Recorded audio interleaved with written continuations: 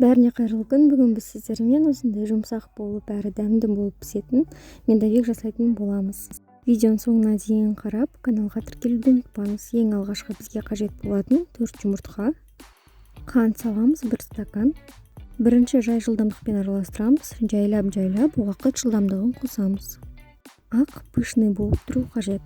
Жалпы осы медовикті пісірген кезінде, әр кожды печкаға салған кезінде қасынан кетпей қарап тұру қажет. Өйткені тез жылдам пісет, күйіп кетуі мүмкін.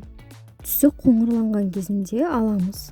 Медовикті соңында жинаған кезінде пропитка жасау қажет, жұмсақ болу үшін тестамыз. Оған су қолдансаңыз болады, яғни кождарды жинаған кезінде әр кождың үстіне кішкене су немесе сумен қантты араластырып, чайын ложкамен бетіне жайлап сеуіп шығамыз. Сосын барып қана өзіміздің кремімізді жағып, солай әр кожға жасаймыз. Міне жұмыртқа мен қантымыз осылай болып көпіру қажет. Енді тұрып 180 грамм сары майды, медті 4 қасық водяной баняда ертіп аламыз. Қозғап тұрып, 1 чайный ложка соданы қосамыз, ол пышный болып көтерілу қажет. Міне мынау сары май, үстіне 4 қасық мед қостым, сосын соданы қостым. Міндетті түрде водяной баняны қолдану қажет. Ақ көпіршік болғаннан кейін бұны суытып қоямыз. Сосын жаңағы біздің жұмыртқа мен қанттан жасаған смесімізға осыны араластырамыз. Яғни қозғап тұрып, кішкентайдан құйып араластырамыз. 2 сұйықтықты араластырып болғаннан кейін үстіне жайлап ұнды қосамыз. Ұнды бірден салмаймыз, тестамыз көтерілмей қалады. Жайлап құйып 3-4 рет порциялап алып қойсақ болады. Ұнымыз аз болып қалмасын, менде кішкене аз болып қалыпты, пісіп болғаннан кейін қарасам.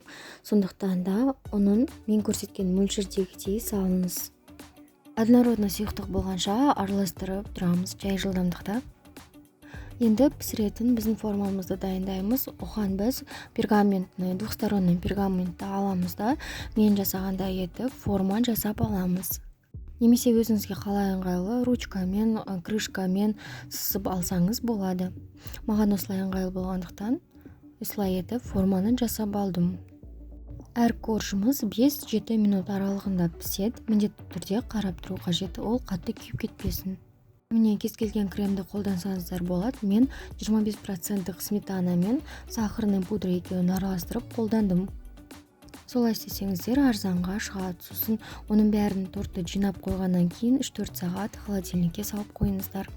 Әр формаға 1-2 қасық салсаңыздар да болады. Олай салсаңыздар тестаңыз жіңішке, жұқа болып шығады.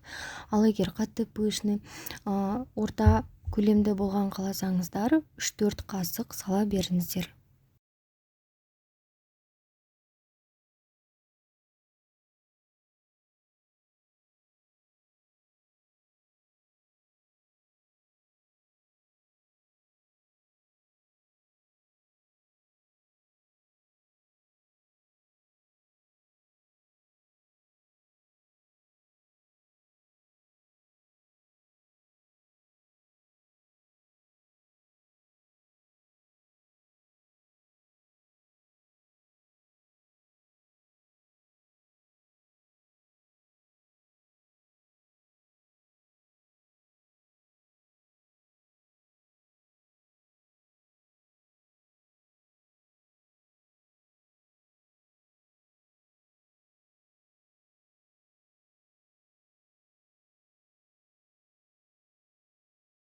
Холодильникте 3-4 сағат тұрды, кремі бәрі сіңді. Міндетті түрде жасап көріңіздер, дәмі күшті болып шыққан.